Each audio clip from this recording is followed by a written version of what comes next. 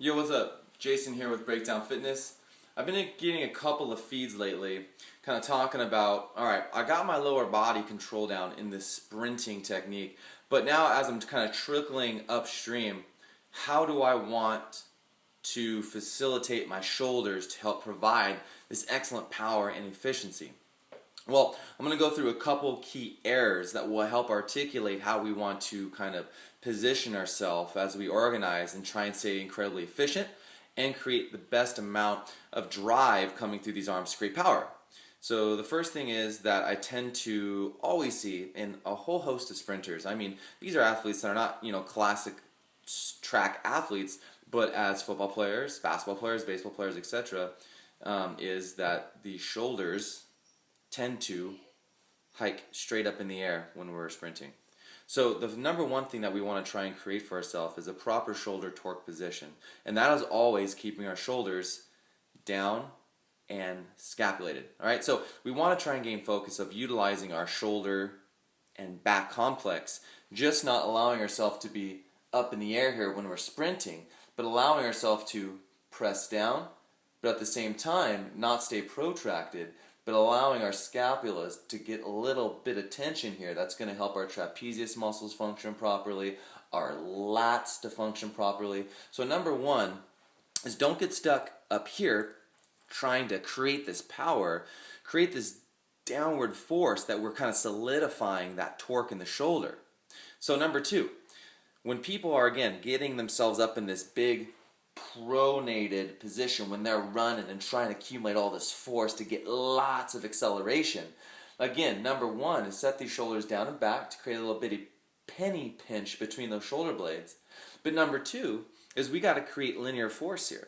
So what I usually see as this kind of trickle down effect of bad mechanics is once these shoulders come up here, we tend to take our thumbs and internally rotate ourselves a little bit. So now I got this thumbs in position that I'm running from, and now you notice this kind of big kick out, this kind of swing from these overly protracted shoulders, and the back is turned off, or we're not creating a lot of drive from these posterior muscles. So number two is going to be taking away this big load coming up here that's only creating restriction, that's going to take away from our big levers that we're trying to create. And again, we're going to try and drive ourselves into external rotation. So kind of keeping these elbows pinned in is going to be a big key. But that first little rule of keeping ourselves down and back is going to allow an easier time of us staying nice and streamlined. We're kind of pressing ourselves together and down. Now as we're driving, we're able to keep these nice externally rotated angles as we're coming up into play and not creating these high and outward swings because this protraction doesn't allow me to create good extension. If I kick myself down and back, I'm able to pick myself up higher without this overly shrugging these elbow wanting to come forward, creating these big swings when we're running, but yet we can torque ourselves into play and now create these big linear, these forward motion drives where we can create these really good solid 90 degrees without this big hike in the elbow wanting to kick out. Number three for the upper body is we got our shoulders placed. Now we've learned about keeping this linear force, really trying to reach out in front of us with these elbows and letting this come straight back with ourselves. But as soon as that flexibility starts to be compromised, so we got the shoulders down and back, we're creating good angles. When we tend to have inflexibility through our pectoral muscles, our anterior deltoids, our lats might be a little tight, you're going to notice your compensation for keeping this back is your belly is going to kind of pop out now. And now we got this belly out, beer belly situation when we're running. So the big key of organizing yourself is being able to achieve the mobility to create good extension coming through the shoulder and the pec without having to overcompensate by kind of reaching back.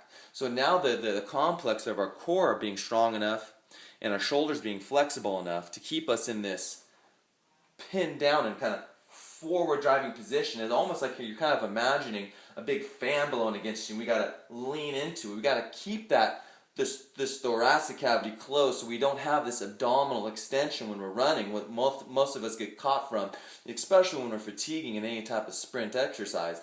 We're going to keep ourselves closed, but the shoulders down and back. Now we're in this really strong core position, almost like we're finishing a classic exercise, if you're used to it, our deadlift. So we don't want to end up with belly out, but we want to always keep this core, these abdominal positions tight, and allow these big drives as I'm still leaning into that fan, but allowing these shoulders to articulate properly. So the big top three things are, as far as establishing that good upper body, is again allowing these shoulders to drop and stay strong through your shoulders and create a little bit of scapular retraction. That's only going to make it easier for us to bring our elbows in. And allowing us to create these linear drives through this, again, externally rotated complex. Okay? And there we got linear speed. But now, am I overcompensating by keeping my belly out to try and keep my shoulders back? Or can I bring myself into play and keep this strong enough to create these nice linear forces as I'm running without breaking, as far as the shoulders could be strong, but now because of that I've compromised my whole entire core from being engaged. So the first top three things to work on establishing a good upper body drive is just that. Depression in the shoulders, scapulating your blades, making sure we're externally rotated, and then don't overcompensate through this thoracic or your abdominals, okay? So give those three a try and let me know how you do.